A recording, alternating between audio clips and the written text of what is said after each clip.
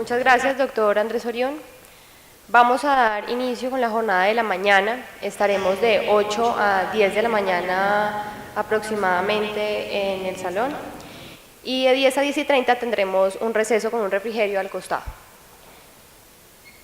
Para la primera conferencia nos acompaña el doctor Danilo Rojas Betancourt en el tema Balance de los criterios aplicables en el Consejo de Estado para la tipología y cuantificación de los perjuicios extracontractuales. Él es abogado de la Universidad Libre de Colombia, magíster en Derecho de la Universidad Nacional de Colombia, especialista en argumentación jurídica de la Universidad de Alicante, España, especialista en Derecho Público de la Universidad Nacional de Colombia, especialista en Derecho Administrativo de la Universidad Santo Tomás de Aquino, candidato a doctor de Derecho de la Universidad Nacional de Colombia. Es consultor en materia de derechos humanos y políticas públicas con organizaciones internacionales como el Banco Interamericano de Desarrollo, la Oficina de Alto Comisionado de las Naciones Unidas para los Derechos Humanos, la Embajada de Canadá, la Embajada Británica y actualmente es magistrado de la sección tercera del Consejo de Estado. Doctor Danilo, bienvenido.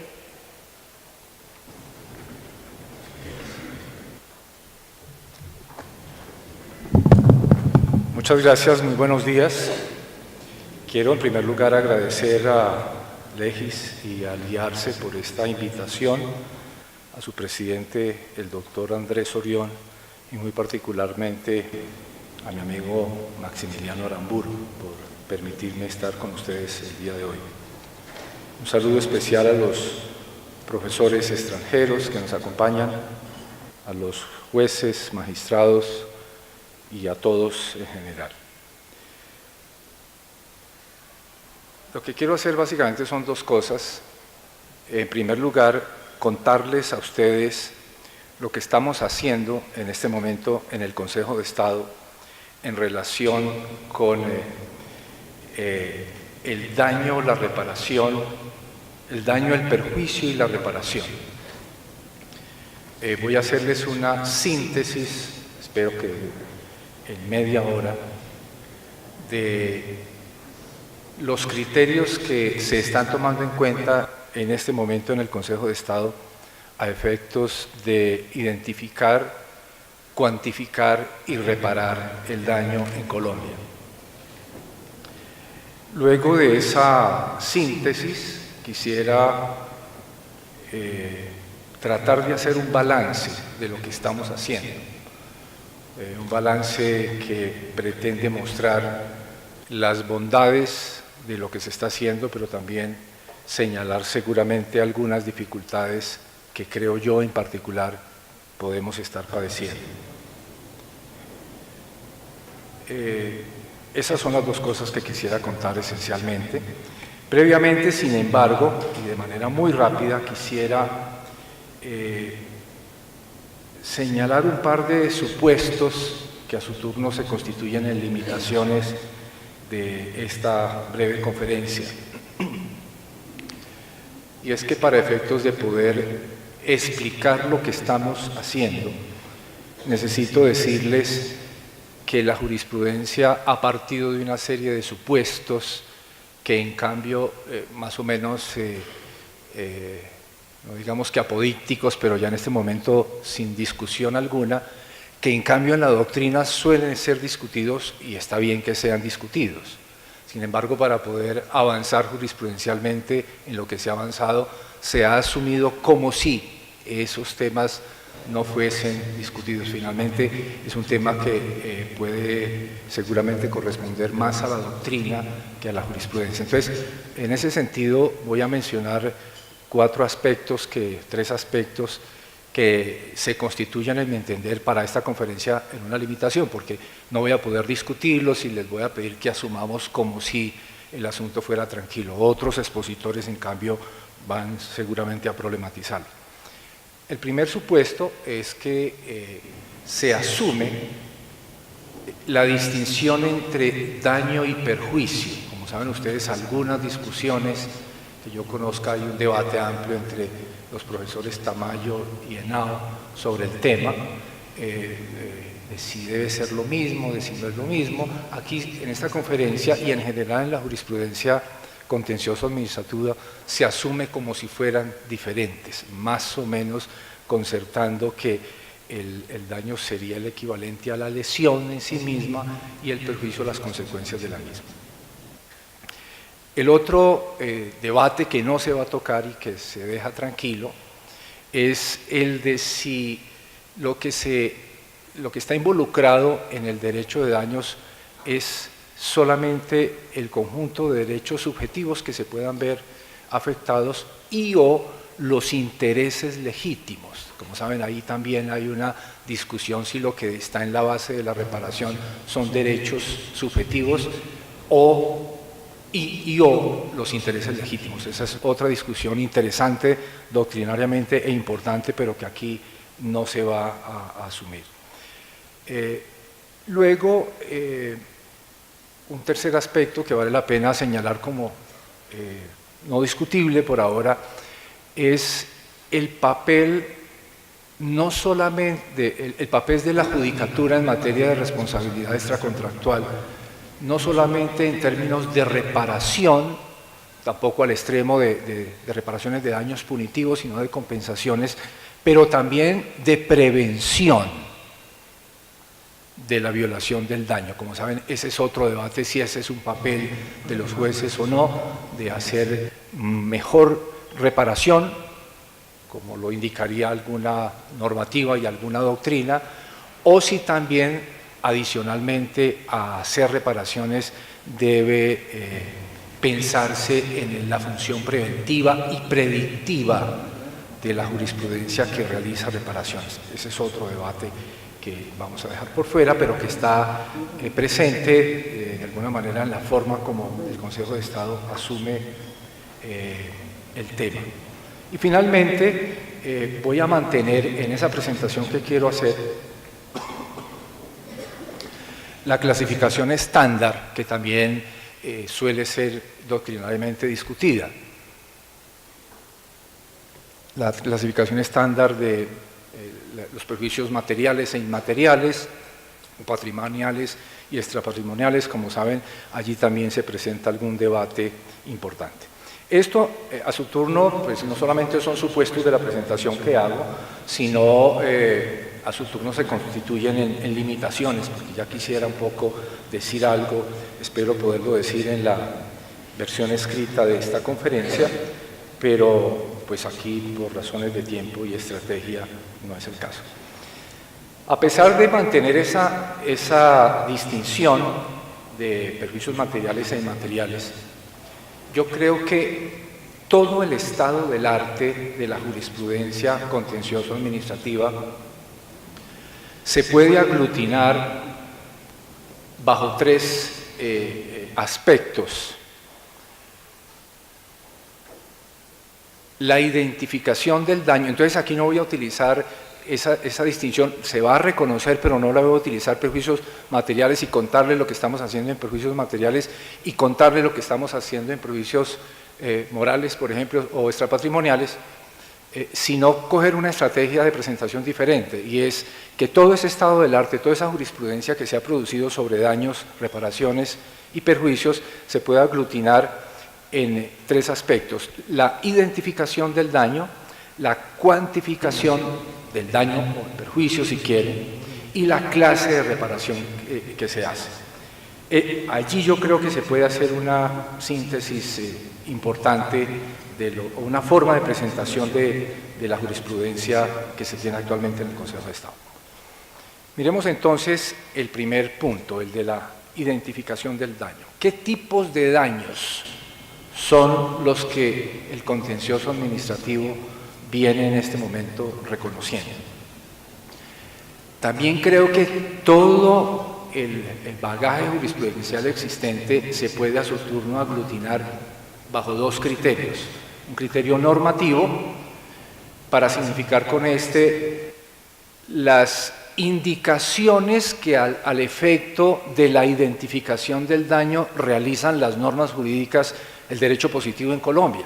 Hay una serie de normas que ya voy a repasar muy rápidamente que nos dicen, mire, estos son los tipos de daños. Pero también creo que la jurisprudencia, además de basarse en las normas se ha basado en otro tipo de criterios que por ahora los llamaré un criterio práctico que refiere esencialmente a reglas de experiencia.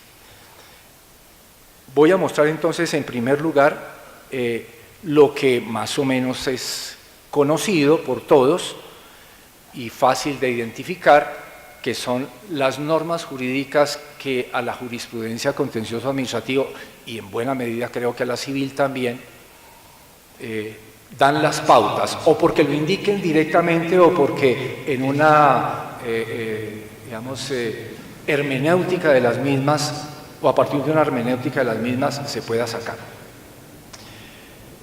Estoy hablando entonces en primer lugar, como criterio normativo por supuesto, de estas viejas y consolidadas normas y conocidas normas del Código Civil que nos indican no solamente los tipos de daños, daño emergente y lucro cesante, sino que dan las definiciones de esos tipos de daños. Y ahí yo creo que nadie se enreda con ese tema, salvo de pronto la forma como están redactados esa normatividad, pero ahí no me voy a detener. Básicamente, como estoy en punto de la identificación, esas normas simplemente nos dice claramente, estos son tipos de daños que usted debe reconocer, señor juez, el daño emergente y el lucro cesante.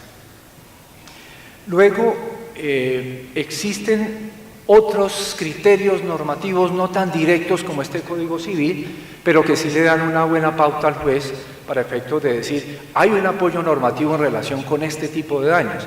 Es el caso, por ejemplo, del artículo 62 de la Ley 388 del 97, en donde establece particularmente el mismo criterio que hay para efectos de la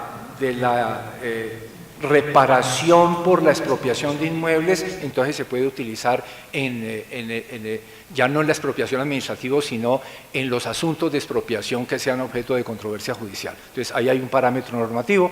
Lo mismo ocurre con el uso que habitualmente hacemos en jurisprudencia con los artículos del Código Civil que establecen las obligaciones alimentarias, pues, donde por ejemplo voy a mencionar el número mágico de la jurisprudencia, que es el número 25, y ya les iré contando por qué, donde por ejemplo se dice que se deben alimentos, que la norma no lo dice así, pero la Corte lo ha establecido, lo ha extendido, se deben alimentos de los padres a los hijos en ciertas condiciones hasta tal edad. El Código en realidad habla hasta la mayoría de edad, pero esto ya va en los 25 años. Ese es el número mágico que tiene la jurisprudencia.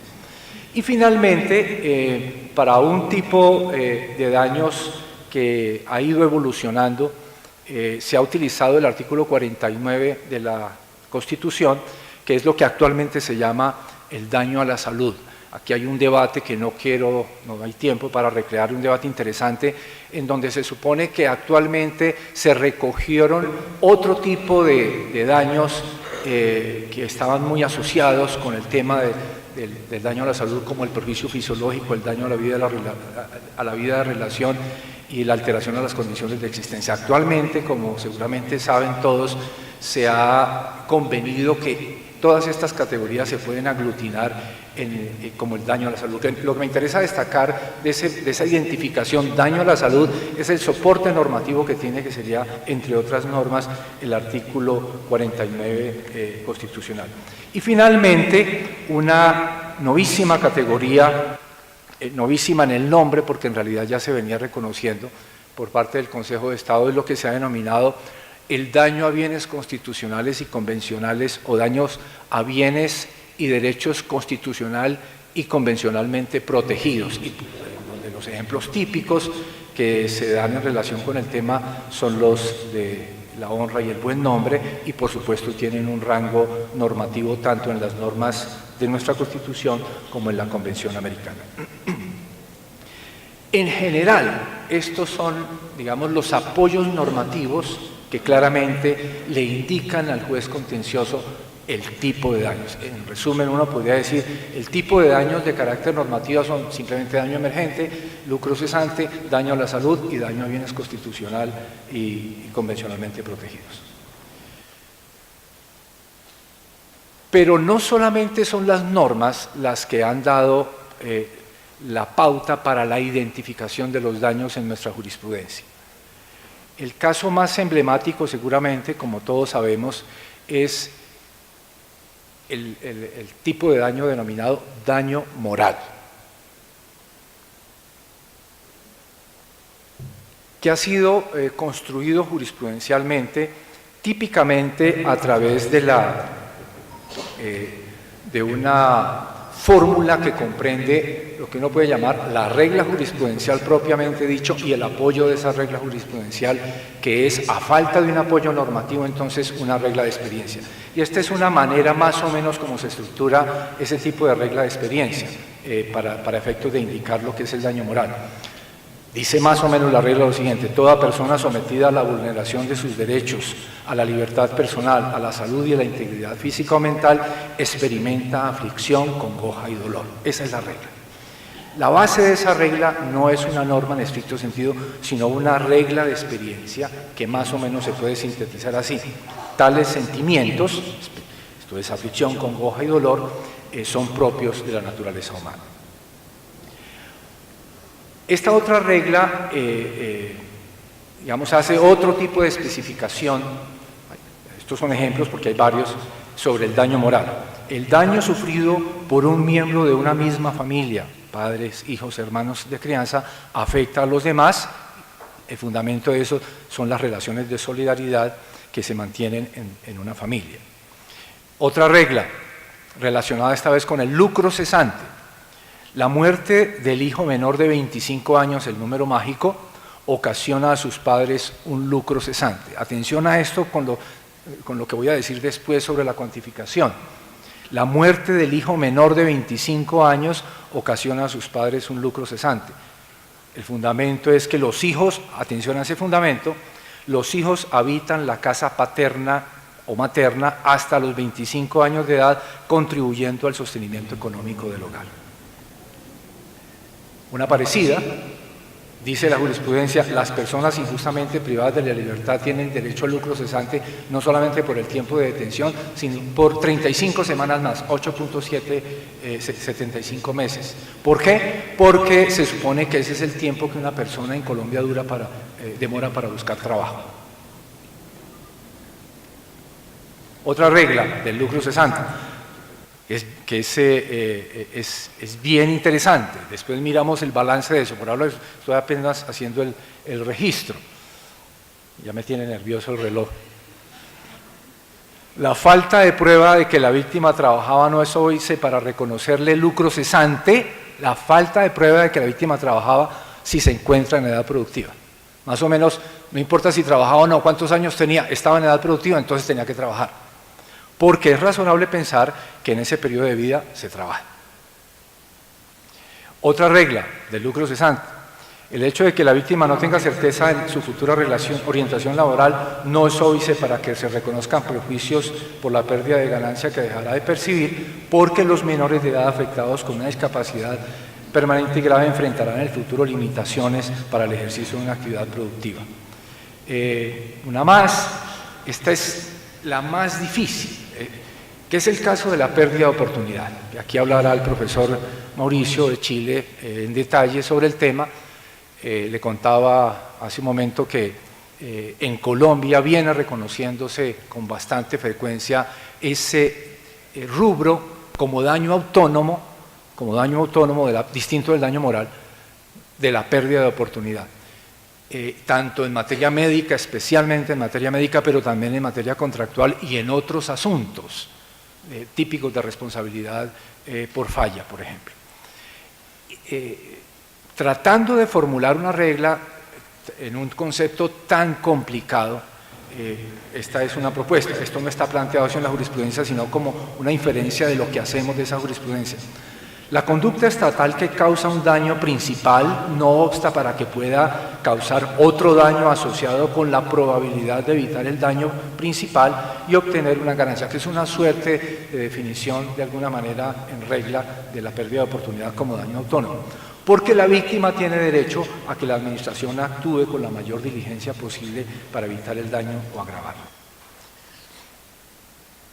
en síntesis, existen para identificar el daño en la jurisprudencia colombiana contenciosa criterios normativos y criterios prácticos.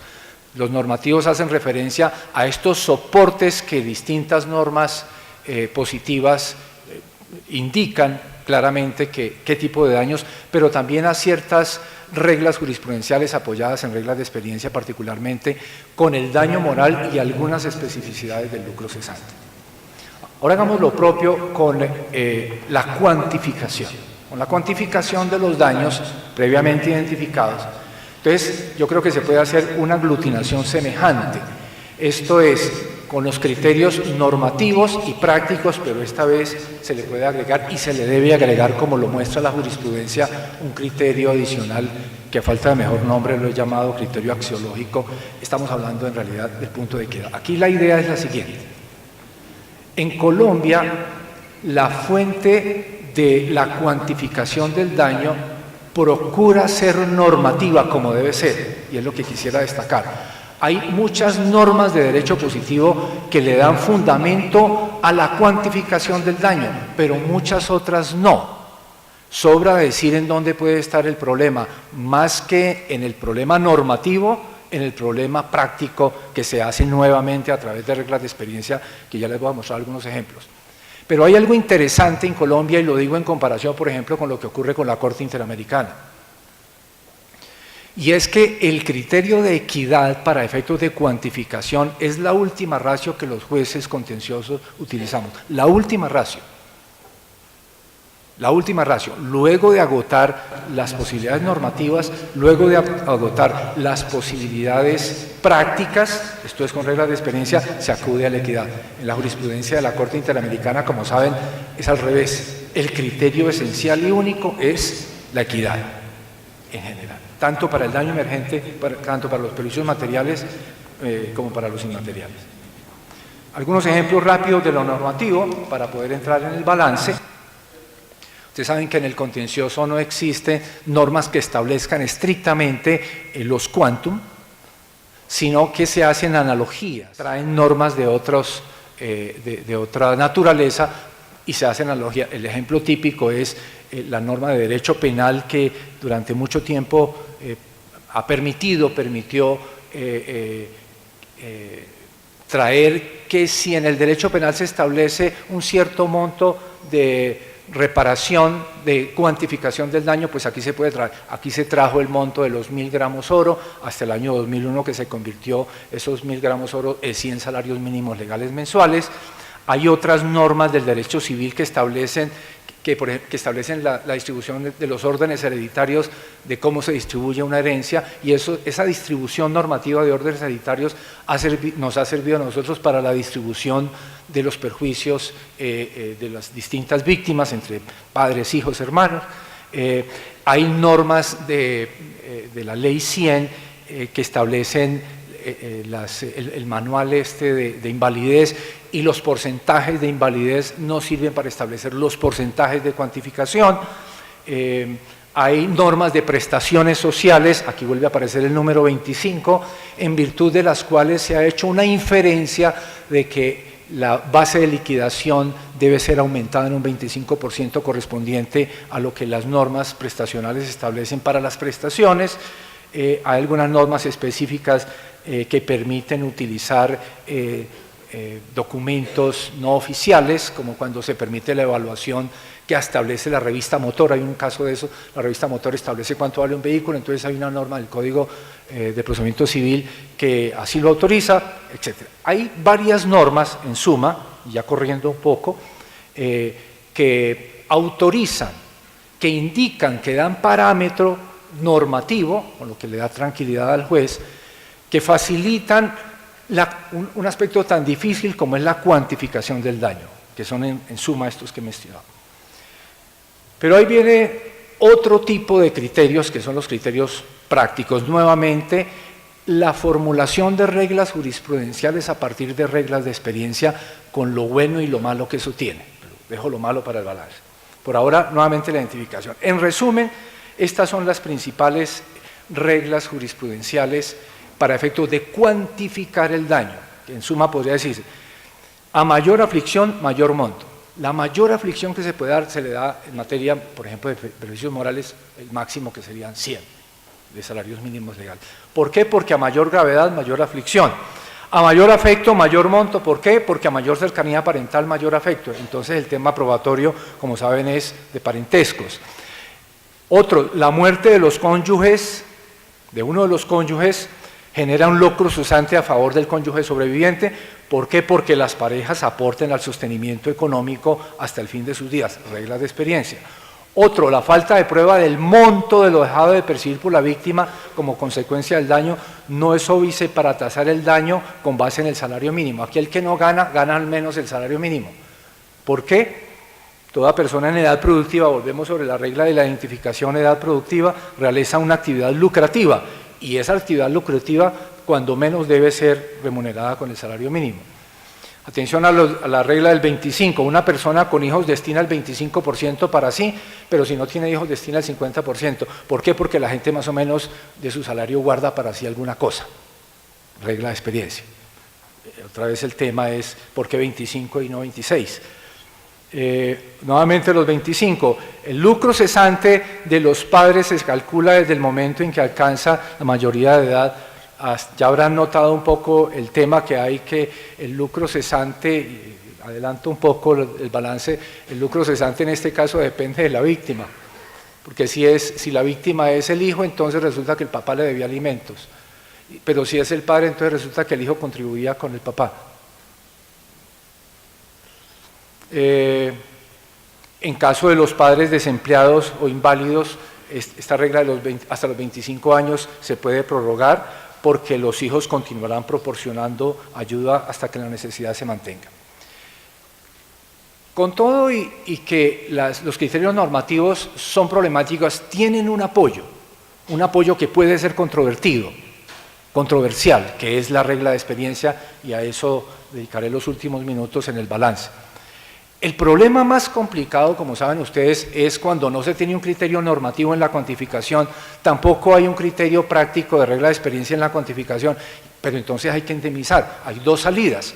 Una salida es entonces, si se acredita el daño, pero no se sabe claramente qué hacer con el monto, entonces condena en abstracto. Y ya saben, la condena en abstracto se ha vuelto un proceso complicadísimo, alargadísimo, y muchas veces no existen pruebas para la condena en abstracto, porque por muchas razones estos procesos llevan 20 años caminando.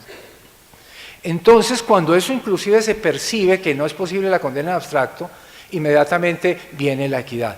Y se han hecho reconocimientos de equidad en materia de pérdida de oportunidad, en materia de graves violaciones a los derechos humanos, en materia de daño a la salud cuando no se logra acreditar con la invalidez, o en el caso de daños a bienes constitucionales y convencionales. Voy a detenerme solo en un aspecto de estos que me parece interesante, y es que en un solo caso se logró reconocer en equidad, atención, un daño material. Como sabemos, el caso del daño material es lo que yo llamo, es un problema contra factura. Esto fue lo que gasté, aquí está la factura, págueme eso. Pero resulta que en el caso de Fabiola Lalinde, un caso de desaparición forzada, la mamá duró 12 años buscándolo y lo encontró muerto, hizo gastos de aquí a Medellín y de aquí a Nueva York hasta que lo encontró en las condiciones, pero nunca acreditó suficientemente todos los gastos. Además, lo poco que había acreditado del expediente milagrosamente desapareció. Cuando se reconstruyó no se logró hacer eso. En ese caso se reconoció lo que dijo la demandante en la demanda y eso fue suficiente. Caso súper mega excepcional por las razones y las condiciones especiales en equidad. Y luego, sigo en la descripción del estado del arte. Tenemos entonces una identificación con criterios normativos y prácticos, una cuantificación con criterios normativos, prácticos y axiológicos, le hace equidad, y luego la reparación del daño. ¿Qué estamos haciendo en materia de reparación del daño? En síntesis, el Consejo de Estado está en este momento cumpliendo con el estándar del derecho internacional de los derechos humanos. Y estamos haciendo ni más ni menos, un poco más diría, siendo pretencioso, que lo que está haciendo en ese tema la Corte Interamericana de Derechos Humanos. Entonces, especialmente a partir de un aval que nos dio el artículo 16 de la Ley 446 de 1998, que establece la noción normativa de reparación integral. Y entonces nos tomamos en serio esa noción. Antes se había hecho, pero digamos a partir de este año, del 98, 97 ya, nos tomamos en serio la noción de reparación integral, que es conforme, y tomamos la noción de Naciones Unidas sobre el tema en la resolución 60-147, de qué es cada uno de estos rubros de reparación integral: restitución, indemnización, rehabilitación, satisfacción, garantía de no repetición. Se están cumpliendo. La que menos se hace por razón del tipo de daños que se reconoce en el contencioso administrativo es la de restitución. Si acaso en estos casos en donde hay incautaciones indebidas de propiedades, por ejemplo cuando el DAS incauta un vehículo y el vehículo todavía es un vehículo fino y todavía se logra rescatar y es rescatable, no que quedó por allá en los patios, se ordena la restitución, pero son casos bastante excepcionales. En cambio, por supuesto, en el de indemnizaciones se hacen todas las indemnizaciones de este tipo que les he mencionado: lucro cesante, daño emergente, daño a la salud, daño a bienes constitucionales y convencionales. Se hacen indemnizaciones, se hacen rehabilitaciones, en donde los ejemplos típicos son, por supuesto, todos estos casos de daño a la salud. Entonces se ordenan las terapias, se dan las sillas de ruedas, se hace toda la rehabilitación posible. Atención, por cierto, olvidé algo importante: retando el principio de congruencia, hace mucho rato el Consejo de Estado viene reconociendo oficiosamente, incluso oficiosamente, todas estas medidas de reparación integral.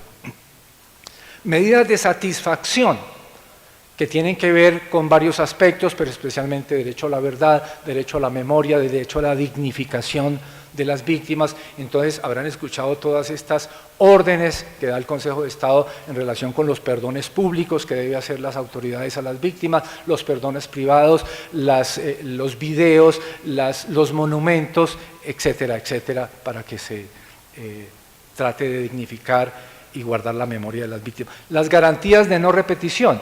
También se hacen todas estas medidas que más o menos están orientadas a impactar la política pública concernida respecto de la autoridad. Y por último, hemos venido incluyendo en algunas salas, no en todas, lo que uno puede llamar medidas de recomposición y transformación, que son medidas que se valen del caso, pero que van más allá de él, tratando de impactar la política pública. ¿Cuál es la diferencia que uno podría encontrar entre una medida de no repetición, una garantía de no repetición, y una medida de recomposición o transformadora? Que en la medida de no repetición se dan órdenes específicas a las partes. Entonces se ordena, por ejemplo, al ejército que realice una ceremonia de perdón público o perdón privado respecto de la víctima por el falso positivo que se dio. En cambio, en la medida de transformación se dan exhortos u órdenes más blandas a las autoridades concernidas, pero que no fueron parte en el proceso. Por ejemplo, cuando con ocasión de un caso de una enfermedad intrahospitalaria no solamente se condenó al Seguro Social, sino que se dispuso que el Ministerio de Salud, que nada tenía que ver con el caso, hiciera una serie de medidas preventivas para tratar de reducir lo que más se pueda, que nunca es posible reducir a cero, las bacterias hospitalarias. Entonces, en las medidas de transformación, repito, se trata de impactar la política pública del sector. Eso es lo que está haciendo en este momento el Consejo de Estado. Hagamos un balance muy breve de eso que se está haciendo. Y para efectos del balance, quisiera mantener la misma presentación, el mismo orden de presentación. Quisiera hacer un balance breve en torno a los criterios de identificación del daño, a los criterios de cuantificación y a las formas de reparación que estamos haciendo en este momento. Sin duda, el aspecto más novedoso que tiene que ver con la identificación del daño es el caso de las de los daños a los bienes constitucional y convencionalmente protegidos. También es novedoso, pero no hay tiempo, no me quiero detener, en este cambio que se produjo de pasar del perjuicio fisiológico al daño a la salud, suprimiendo de alguna manera el daño a la vida, relación y la alteración a las condiciones de existencia. Me voy a detener solamente en el caso de los daños a los bienes constitucionales. Lo que quisiera decir esencialmente con este es que me parece que todavía es prematuro evaluar el buen o mal impacto de el daño a los bienes constitucional y convencionalmente protegidos. Pero en cualquier caso me asalta un temor, y es el temor de la trivialización de la noción. Porque si uno bien mira lo que está involucrado a la hora de las lesiones y las reparaciones, son esencialmente derechos subjetivos. Y si son derechos subjetivos, pues son derechos constitucional y convencionalmente protegidos, todos. No solamente los ejemplos típicos que se tomaron en consideración cuando se crea esta noción del daño a la honra y el daño al buen nombre, sino todos. Yo creo que ahí se necesita mirar con más calma qué es lo que queremos decir. En realidad ya se ha avanzado en alguna dogmática en el tema, pero me parece que esa preocupación que yo expreso como la preocupación de la trivialización de la noción de ese nuevo nombre está latente. En relación con la cuantificación del daño, que es en donde me quisiera detener un poquito, ya se resaltó el lugar que ocupan en la jurisprudencia las llamadas reglas de experiencia. Estas contribuyen con la fundamentación de muchas de las reglas jurisprudenciales que utiliza la corporación con distintos propósitos, pero especialmente para facilitar ciertas cuantificaciones. No obstante, algunas de ellas deben ser revisadas. Por ejemplo, puede resultar problemático que para el cálculo del lucro cesante se incremente el 25% por concepto de prestaciones sociales, incluso en aquellos eventos en los que está demostrado que la persona era independiente o no desempeñaba un trabajo formal. Si bien es deseable que todo aquel que ejerce una actividad productiva lo haga en condiciones de formalidad y tenga garantizados los derechos mínimos laborales, sabemos que la realidad colombiana es muy distinta, hay cifras sobre eso, por lo que en la práctica esta regla de experiencia conlleva en muchos casos o conllevaría un enriquecimiento injustificado a favor de las víctimas. A ese respecto no sobra recordar que el caso fundacional que otorgó este incremento se refería a trabajadores dependientes y que la única base normativa que se ha considerado para el efecto es el numeral segundo del artículo 18 de la Ley 50 del 90, en donde el factor prestacional estimado es mínimo 30%, pero del salario integral. Quizá lo pertinente sea tener claras las bases legales de cada una de las prestaciones que corresponden al salario, como aquella que establece el equivalente a un salario como cesantía anual, esto es una doceava del salario, o sea un 0,833% del mismo, y luego realizar la operación aritmética correspondiente. Yo creo que es lo que realmente corresponde hacer por las partes y por el propio juez, y no ponerle un 25%. También debería revisarse la regla según la cual una persona sin hijos dedica el 50% de sus ingresos a su propia subsistencia, mientras que los padres y madres dedican a este propósito solo un 25% de lo que reciben de su trabajo, y debería hacerse porque no hay estudios ni investigaciones que la soporten, por lo que la regla de experiencia resulta en extremo débil. En realidad y en general, para no agotar los detalles, lo que yo creo que el Consejo de Estado debe hacer en relación tanto con los aspectos de identificación como de cuantificación del daño a partir del criterio práctico es revisar más concienzudamente las bases de esas reglas jurisprudenciales. Esto es revisar nuestras propias reglas de experiencia. Una regla de experiencia, por ejemplo, como la de las 35 semanas, que seguimos utilizando curiosamente, y me da culpa lo digo, está totalmente revaluada con estudios mucho más recientes y desagregados, que dicen cuánto se demora una persona en buscar empleo, que tome en cuenta el género, que tome en cuenta la edad, que tome en cuenta el carácter rural o urbano de la solicitud de empleo, etcétera, etcétera. Hay, digamos, mucho más estudios que le darían no intuiciones o emociones a la base de la regla de experiencia, sino un apoyo científico y sociológico. Y por último, quisiera detenerme en la evaluación de la reparación del daño. Yo creo que lo que está haciendo el Consejo de Estado en ese punto de la reparación es lo correcto. Esto es, que se haga una reparación integral en la línea del derecho internacional de los derechos humanos, una reparación que involucre, como ya dije, la restitución, la rehabilitación, la indemnización, la satisfacción, la no repetición y la transformación o recomposición según sea el caso. Yo creo que es la tendencia, digamos, del derecho contemporáneo en esa línea, en una defensa fuerte digamos, de la víctima finalmente, que es la parte débil en esta relación de la responsabilidad por daños. Este entendimiento disuasivo y transformador de las reparaciones se expresa en primer lugar en el lugar privilegiado que ocupa el régimen de falla del servicio dentro del juicio de responsabilidad que le corresponde adelantar al Consejo de Estado. Son varias las sentencias en las que la corporación ha señalado que al juez de lo contencioso le corresponde controlar la acción del Estado, fundamentalmente en el ejercicio de su función administrativa, por lo que debe identificar las obligaciones a cargo de las entidades públicas y la medida de su infracción o incumplimiento en cada caso concreto. Ustedes seguramente saben muy bien que cada vez que sea el caso decirle a la administración usted se equivocó por estas razones, que no debería ser otra razón que haberse salido de la regla normativa a la cual estaba obligado, debe indicárselo, hay que indicárselo, y eso tiene un efecto disuasivo importante.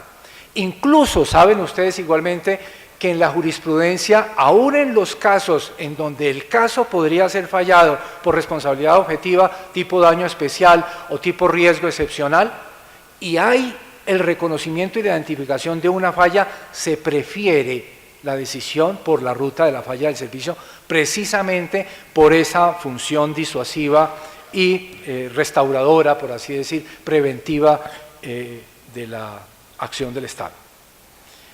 Y en segundo lugar, mediante la imposición de medidas a entidades estatales que, aunque no son parte en el proceso, conforman la estructura responsable de las políticas públicas concernidas en el caso.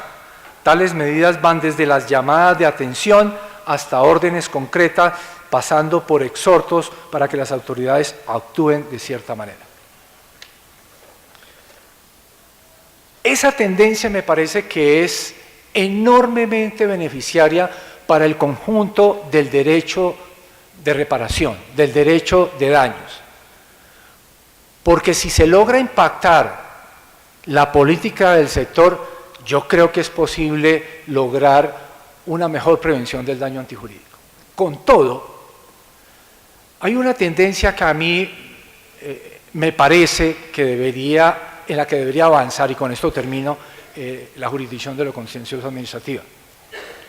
Está conmigo acá una profesora del externado que se llama Yolanda Sierra, quien invité a esta charla, y tiene la escuché por primera vez hace unos 4 meses en un evento en Cartagena ante la Corte Interamericana. Tiene una visión de la reparación simbólica que me parece absolutamente seductora, absolutamente convincente, y es que se tome en cuenta que la reparación, más o menos que se tome en cuenta el papel del arte en la reparación por graves violaciones a derechos humanos, para hacer notar entonces que no solamente el juez debería ordenar monumentos, ordenar que el artista más importante de Colombia, que Botero, haga un monumento y lo ponga en la plaza pública del pueblo o de la localidad en donde se hizo, sino facilitar que las propias víctimas hagan su proceso de catarsis, hagan su propia denuncia en ese monumento. Yo creo que esa forma de vincular a las víctimas puede resultar mucho más reparadora en el largo plazo, mucho más integradora socialmente, que es finalmente a lo que deberían apuntar estas medidas transformadoras. Por eso me parece que es una tendencia a la que debería pararle bolas la jurisprudencia de lo contencioso administrativo. En suma, doctores y doctoras, cumpliendo rigurosamente el tiempo, doctor Andrés Sorión, he tratado de mostrarles básicamente dos cosas, mostrarles muy sucintamente lo que estamos haciendo actualmente en el Consejo de Estado en materia de identificación, de cuantificación y de reparación del daño, que tanto en la identificación como en la reparación se puede aglutinar todo ese conjunto de jurisprudencia a través de criterios normativos y prácticos, y en el caso de la cuantificación, además de estos criterios normativos y prácticos, el criterio valorativo, el de equidad, también es un criterio que se ha tomado en cuenta de manera residual por las dificultades y los peligros de violación al principio de igualdad que ese mismo tiene, que en un gran balance vale la pena persistir en que el Consejo de Estado mantenga la línea normativa de la identificación y la cuantificación, revise la línea práctica de reglas de experiencia, porque hay cada vez más estudios sociológicos, más estudios científicos que podrían darle un mejor sustento a esas reglas de experiencia, y que hay una tendencia de reparación integral del daño en la línea de violación del derecho internacional de los derechos humanos, que vale la pena preservar, que llega hasta la transformación y que debería llevar inclusive a involucrar de manera más adecuada el derecho como arte. Muchas gracias.